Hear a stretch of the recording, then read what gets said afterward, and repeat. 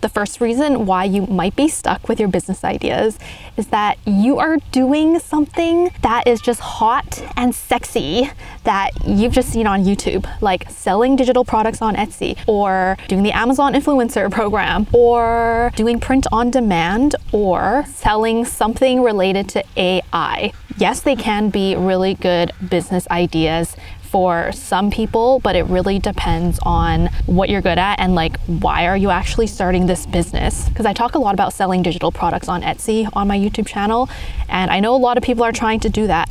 But if you aren't really good at graphic design, I just don't think that this is the kind of business for you, because you need to learn how to do graphic design, right? And if you don't already know how to do it, like maybe something else is better. One example from me is that I have seen so many people try to do the Amazon influencer program, and that's why I decided to do it and try it myself. Basically, after 2 weeks of trying it out, I just felt like it wasn't for me for a lot of reasons, but the main one was that I wanted to make my income doing something that was more meaningful than just reviewing products. The second thing that you might be doing wrong and why your business isn't working is that you're not using your current skills. A really good example that I can give you is I have a friend who is a nurse, and her business is creating the nurse handbook for new nurses. And this makes so much sense, right? Because she already has the knowledge of like what you need to know when you are trying to become a nurse. And I'm pretty sure she also had like graphic design experience,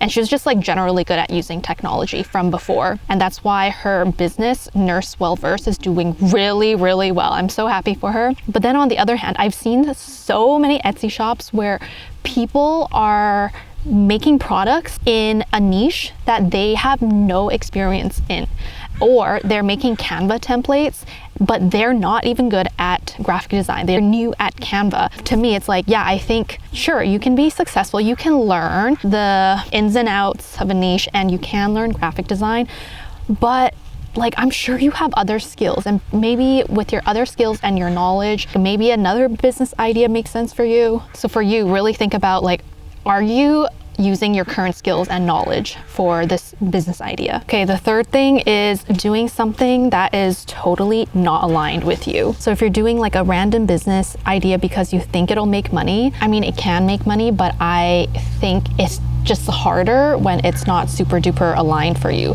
Like me with the Amazon influencer program. Like, I don't really want to review products and promote consumerism, so I just didn't feel motivated to make those Amazon influencer videos. Okay, I think it doesn't really have to be like your calling, but it should somewhat align with your passions and what you're interested in. So just to give you some examples, when I started to do calligraphy workshops, I would say that was semi-aligned because I loved calligraphy. Like, it's just so beautiful, and I want people to experience that for themselves. Then I basically focused more on my online business. When COVID hit, I focused a lot on content creation, and content creation is something that really, really aligns with me because I just love creating and sharing not just like the art of calligraphy, which, yeah, I think it's cool to share that, but I really wanted to share my journey with things, and that's why I really wanted this YouTube channel to do well, because I was like, I think people can learn a lot from my journey, and I just love sharing things with people. And then back to the calligraphy, like at the moment I don't teach a lot of calligraphy workshops just because I feel like it's a little bit draining, and if I do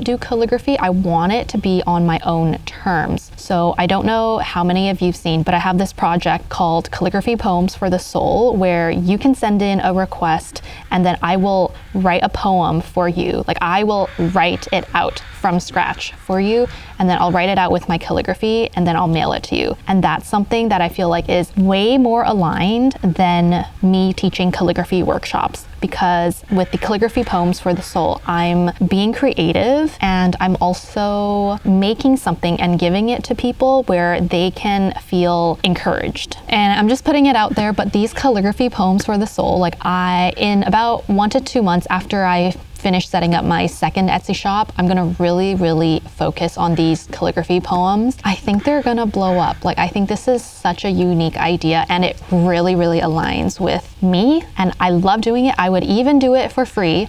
And then next year when it gets big, I will reference this video. I know a lot of you are watching these kinds of videos because you want to start a business, and I'm not sure if you know, but I have a ton of these free resources that you can download, and these include a how to start your Etsy shop guide, a how to start UGC guide, how to start YouTube. I have a business plan template, so you can find those down below. You can just click the one link and then you can sign up and get everything, and yes, it is all for free.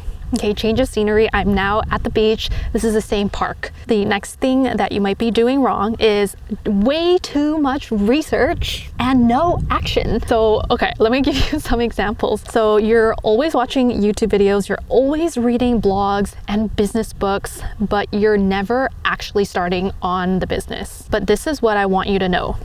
There is always a small version of the thing that you want to do that you can do right now. So for example, if you want to do content creation, you can create one video and send it to a business friend to see, or just like a friend. You don't even have to post it online. You just create the video, okay, and see how you feel. Another example is if you want to start a freelancing business, you can do it for free, whatever the service you want. Let's say it's photographer. Go take some photos for free for some friends and see how you like the whole process. Another one is calligraphy workshops. For me, when I started, I just had no idea how to teach. So I thought, why don't I just teach a couple of friends first for free in my house and then see how I feel? Like, maybe then I'll know what are the problems people have when they're trying to learn calligraphy, and then I can go from there. So in a lot of product-based businesses, there's something called like an MVP, a minimum viable product. And with what you're trying to do, like, see if you can do something where it's like a small version of the thing that you're trying to do, basically like an MVP. And the next one is being a perfectionist. I've had this problem. I've seen a lot of people have this problem before, and it really hinders you from starting your business, especially at the beginning. You want things to be so good because you've seen like other people doing it, but remember, they've had years of practice doing this. So when you're starting out, it's gonna be average at best for most people. So what you need to do, and I've heard this advice, I don't know from where, but I've always followed this. Like, if you're a perfectionist, just do things to 80% good enough and then leave it. Because the time you spent going from 80% to 100% perfect, it's gonna take probably the same amount of time that you spent going from 0% to 80%. The next thing is you not asking for help. Let me give you some examples of what you can do to have more people in your community who can support you with your business ideas. So number one, having business friends that you can meet up with regularly to talk about things. They don't have to be in your city. You can have like online video calls with them. And I have like a couple of business friends I do that with every month. Second thing is hiring business coaches or joining like programs and stuff like that, where you can connect with people and they can support you on your business. For me, I spent actually, I think maybe 20 to 30 grand over the past 6 years on business coaching, group business coaching, and courses and memberships.